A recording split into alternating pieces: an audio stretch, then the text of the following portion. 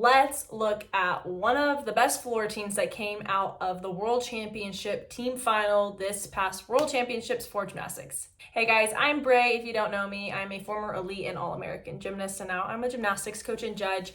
And today I'm going to be breaking down Rebeca Andrade's floor routine from the 2003 World Championship team finals. A lot of people asked me to do this because it is a beautiful floor routine, so we're going to dive into that, watch it all together, and then we're going to break down each one of her passes, talk about how good they are, how hard they are, and things like that.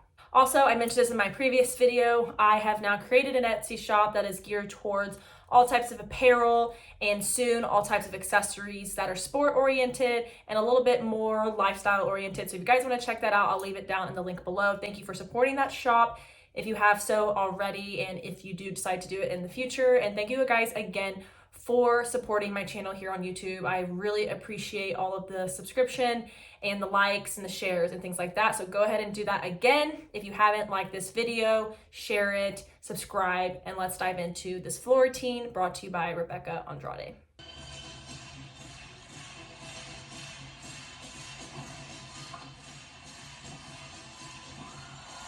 Good.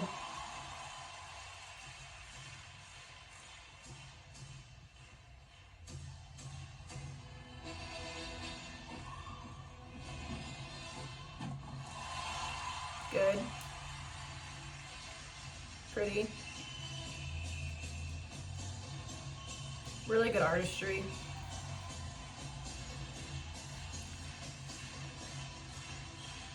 That turn is so hard.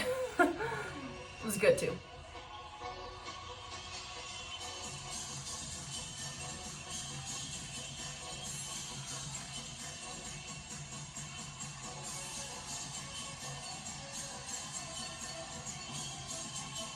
That was really good.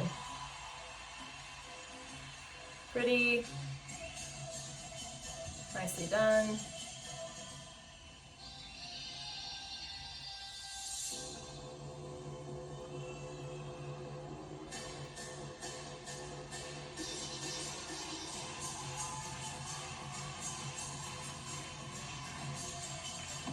Perfect on that one, I think. Super fun choreography too. Really powerful ending. Loved it. Okay, so obviously really fun routine to watch. Now, is it technically perfect on every skill? No, because perfection doesn't exist, right? But every skill was as close to being as good as possible. And so we're going to break down every skill that she does. And there's another thing I want to mention too in her floor routine. She doesn't even look tired. Her stamina is insane.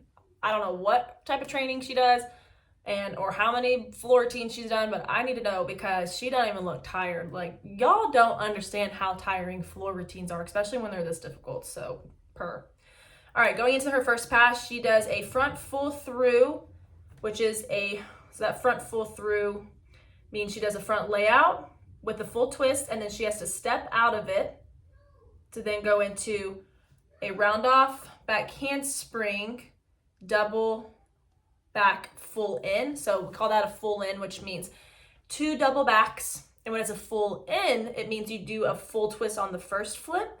When it's a full out, it means you do the full twist on the second flip. So that one was a full in. Still very difficult, especially out of front full. So the only thing is whenever she lands, she does land a little short. I think it was just she came out a little bit early, but it was very minor. She covered it well, but you can see her knees are in front of her toes, and you can tell that that's going to take her momentum forward. We ideally like the knees to be over on top of the toes, not past the toes or right in the middle of that foot. And you can see her chest is going down just a little bit. So you'll see right here, she takes a small little hop forward. You can see again, small little hop forward when she lands, boom, right there. So the judges probably, if they saw it, definitely took something since it is technically under rotated and she took a step forward. Her chest was a little down, so I'm sure, who knows what they took. Again, I don't know FIG rules. I don't know FIG deductions, but I do know when something's technically incorrect and taking a step forward, when she's tumbling backwards, the judges are probably going to take something. But moving on into, it's still a very good pass. Like, don't get me wrong. But again, it's not going to be perfect because perfection doesn't exist. Although her double pike was near perfect, but I'm sure there was some mistake in there that maybe the judges just couldn't see. And I didn't see, but that pass was pretty near perfect. But perfection really doesn't exist, if we're being honest. So that pass had very minor deductions, which is the overall goal when you're doing such a difficult pass anyway. All right, next thing, round off back handspring. See, that was a full out. So did y'all notice on that first flip, she does, let me rewind it. See how she starts flipping and twisting, and then she does another flip with no twist? That's the full in. Now right here, she does one flip, starts the full on the next flip.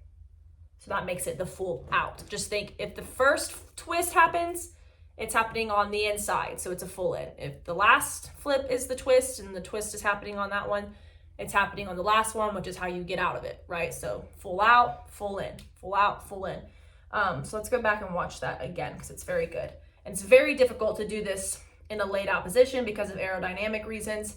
I would say that this was her worst pass because the way she lands, I think this is probably where her biggest deductions came from in the whole routine, because she does land with her chest quite low and she takes a hop back. But the rest of the skill was pretty clean and done pretty well. So you can see she kind of hops back.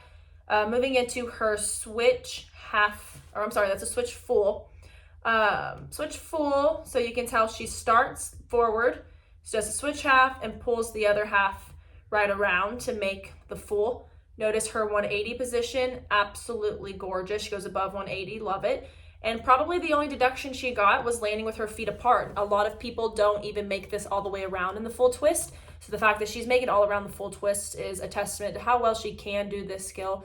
It's just that she does land with her feet apart. So there probably was some deduction taken there by the judges if they in fact saw it. But very good skill other than that.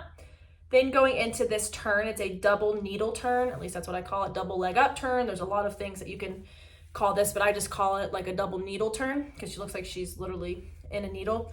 Now this turn I really wanted to break down because I haven't broken down a lot of turns, and this turn is very difficult, and we're going to talk about why. So just starting with the upper body, she has to be starting the twist with her shoulders, as you see in the green. She's twisting the shoulders, and as she does that, she's got to not only be starting the twist with her arms, but also be using her arms to eventually grab her leg. Now, the rest of her body, her hip flexors are going to be working to start the turn with her leg in a way that's going to whip her around to create enough momentum to do the actual double. And that's going to put a lot of strain on her hip flexor, and then the rest of the leg has to keep up with it. Now, not only does the leg have to keep up with it, it now has to kick all the way up as high as it can so that her hands can grab it, all while her hands are also working on spinning her leg is spinning her hip is spinning her leg is spinning her. There's a lot going on. It really feels like you're fighting the air when you're starting this turn because it's a lot of momentum going against your leg. And essentially what's helping get your leg up in general is your hip flexor, and it's a lot on your hip flexor. So it's not an easy turn to start. As she moves on, you can see her starting to grab that leg. Now, once she has a hold of that leg, she's got to keep that momentum going in the double while working to pull that leg up to her face. And while she does that, it's very important, as you can see the yellow arrow, for her to be pushing down on her foot and the floor to keep that turn going. Again, all while her leg is pulling up to her face and her shoulders are still going with the momentum. And she's got to keep pulling that leg all the way up to her nose. Now, as she's starting the half, you can see she's done a half turn. Notice where her elbows are right now. So she's still having to pull that leg up to her face, still pushing down her foot. Now look at her elbows now. So after she's done a full twist, her elbows start outward, and then she keeps pulling the elbows up. So whenever, I don't do this in a double, but I can do this in a full. And I understand what she's feeling and why I was able to notice this on the elbows, at least, because that's one of the things that allows me to be able to do the turn. Is I know once I get that foot up and I kind of pull my elbows back, I can like extend my shoulders in a way where I can pull that foot up harder and I can hold it a little bit sturdier, and it makes the turn a little bit more controllable.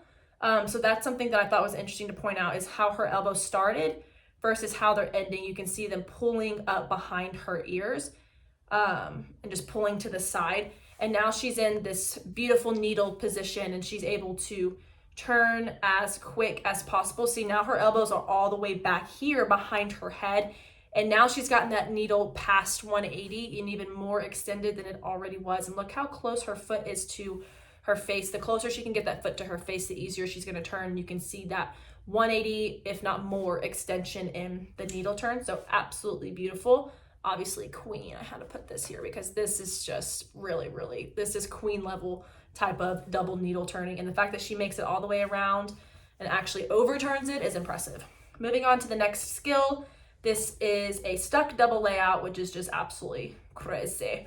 Not much to really say about this skill. It was pretty freaking good. The only thing I'm picky about, because this is in slow motion, is you can see her legs get a little bit loose. You can see her legs come apart a little bit. Her knees are slightly bent, but it doesn't look like that in regular motion. Slow motion is kind of the devil for gymnastics because you're gonna see everything. So in regular motion, this double layout was very, very good. Same thing in her double pike. Oh, forgot about the other leap. Switch leap, gorgeous, very easy skill by this level, I'm sure, to a tour jeté half. That's what that skill is. So you'll notice a lot of people get tour jeté and switch halves mixed up, and I actually will make a video on how to differentiate between a switch half and a tour jeté, because I know a lot of judges have a difficult time differentiating between something being a tour jeté and a switch half. So I'll try to explain it the best that I differentiate. It also helps that I did both those skills, so I just get it because I did it, and that's kind of a I don't want to say like a privileged mindset, because like I worked really hard to be able to do both of those skills. So it's not that I'm privileged to know that, it's just I have experienced it differently than maybe some other judges. So I'm able to see it and be able to be like, oh yeah, switch half. Oh yeah, tour jeté. But some of those judges, you know, didn't do those skills. So, you know, it's no knock to them, and it just is what it is. So that's some type of, I guess you could say, advantage I have in being a judge, is I did a lot of the skills that I watch and judge. So I know how to differentiate the skills, and I know what each skill basically is and what it's called. So it's super easy for me to be able to point out that's a tour jeté, that's a switch half. So I'd like to do my best to be able to teach people how I'm able to differentiate, even though I can differentiate because I did the skill. I also know how to differentiate because I just have a way of looking at it that just clicks, like, oh, that was a tour jeté, that was a switch half. And I'll go ahead and I'll make a video on that too, and that will help hopefully a lot of people that are just interested in knowing how different leaps work, and also judges that don't know how to differentiate between the tour jeté half and the switch half or switch full, yada yada. So she does both in her floor routine. So let's go back to this one. So she does her switch half right here, boom, boom, and then right here she goes into the tour jeté, swinging around, boom. Tour jeté, again, very good, 180, above 180. Again, the only thing is she just lands with her feet apart. It's really hard to land with those leaps with the feet together because your ankle bones will like smack together and it doesn't feel very good. And also it happens really fast. So, all right, moving, and this is the part, she doesn't look tired. Look, she looked like she just went to the salon. Look, not even out of breath. Could never be me. Obviously it wasn't. I never went to Worlds, and I'll never go to Worlds unless I'm a spectator. So moving on. Rounded by handspring, double pike. Okay, so she did a little hop. I was like, I don't know where the deduction is, honestly, but I found it. So here she is in the double pike. You see how she just takes an ever so slight movement when she lands. Boom, boom. Land and little scoot to the side. Probably not, I don't know if a judge would even be able to see that, because you also have to remember when judges are judging on podium, which this is podium, do you see how all the events are raised up on a podium? The judges are usually judging a little bit lower. So what they see and what you see is not the same a lot of the time. So there's stuff that the judges can genuinely miss because we don't have the point of view of seeing it. So just something to keep in mind when you are yelling at your TV and yelling at the judges. I get it. Like, it's a part of sports. We yell at refs. We yell at umpires, yell at the judges. I'm a judge. I get it. I've yelled at other judges on the TV when I'm watching meets, and did it when I was younger. And it is what it is. That's the beauty of sports, is you get riled up. But also try to understand that every judge for the most part is trying to be as fair as possible, and we literally can only judge what we see. If we can't see her scoop because the way the floor is elevated, we're not going to take a deduction and just, base it off a hunch that she took a step. We have to be able to see it to take it. And you guys have a bird's eye view. That camera is up top, so you are able to see everything. The judges can't see that. So most likely the judges didn't see her take that little baby hop, given we could barely see it in slow motion and a bird's eye view. So there's a good chance they didn't take anything on her landing, so who knows. But she's very clean in the air of her double pike, and then a very minimal controlled landing, but very impressive and very difficult. All right, guys, that is it. I absolutely love watching Rebeca Andrade. She's become one of my favorites, and somebody commented in the last video, like, how have you not watched Rebeca Andrade before and you call yourself a judge, blah, blah, blah. First of all, I also don't watch elite gymnastics. Like, I was an elite gymnast and I just really don't like elite gymnastics. I guess I'm just really jaded by that world and I'm burnt out from that world. So I don't have a passion for elite gymnastics the way I have a passion for college gymnastics or just lower level gymnastics. So I'm not as knowledgeable in a lot of the people that are elites. Like, I don't even know who's on our own national team, like besides the obvious, Simone, Shilese, like all of those girls. I have no idea who's on the junior elite team. I have no idea who's on the senior elite team for the most part. I used to know that stuff when I was an actual elite because I was working to be on the national team. But now I don't care because I don't care. Like, it just is what it is. So I don't know a lot of things about the elite world. Like I said, I'm just really burnt out from the elite world and jaded from the elite world. So it never really interests me after I retired from being an elite. So when I see Rebeca Andrade, and a lot of people have seen her now a million times, like, watching her at Worlds genuinely was one of the very few times I've ever really watched her, because I don't watch elite meets ever unless it's Worlds, trials, or the Olympics, to be quite honest. So yeah, I really had never watched Rebeca before because I don't watch elite meets, and that's why. But you guys, I really like her. Please send me any other elites currently, whether it's junior or senior elites that everybody is really in love with, or maybe are, I guess, like underdogs, or people don't really give enough credit to. Just any type of elite that is on people's radar, or should be on people's radar, that you would like me to break down and watch, because I would like to start seeing more of these gymnasts. I especially as I do these breakdowns, breaking down elite gymnastics is really fun because the skills are really hard. And I can't wait to break down some NCAA stuff. That'll be really fun in the future. But any type of elites that you guys are wanting me to break down and look at, please comment them down below and I'll put them on the list and get to them as soon as I can. Thank you guys again for supporting my channel, and I'll see you guys in my next video. Bye.